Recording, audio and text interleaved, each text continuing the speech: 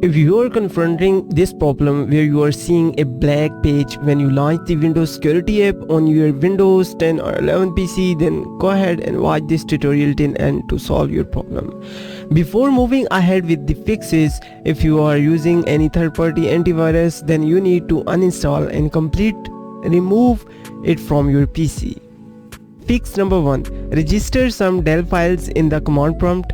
That will help you to fix your problem. Step 1. Press Windows plus R key to open the dialog, or you can also follow this step 2. Type CMD and press Ctrl plus Shift plus Enter to run the command prompt as an administrator.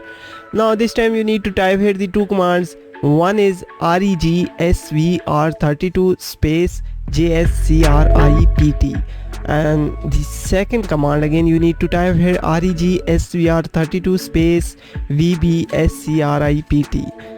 After applying these commands, now step 4, close the command prompt and restart your PC.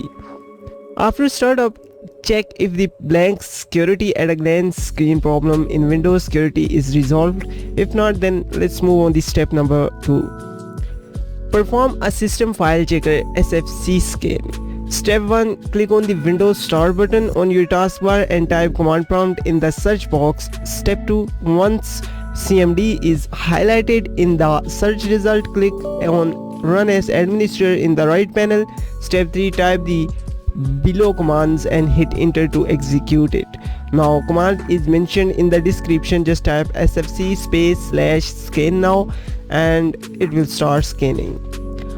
Wait till the SFC tools run and check for any corruptions. If any corruptions are found, they will be repaired at system reboot. Step 5. After the system restarts, check if the blank screen issues in the security at a glance page has been overcome. Then let's move on the last step. Step number 3. Tweaking in registry. So in this step, just click on the Windows icon or just press the Windows key from your keyboard and type registry editor and open it.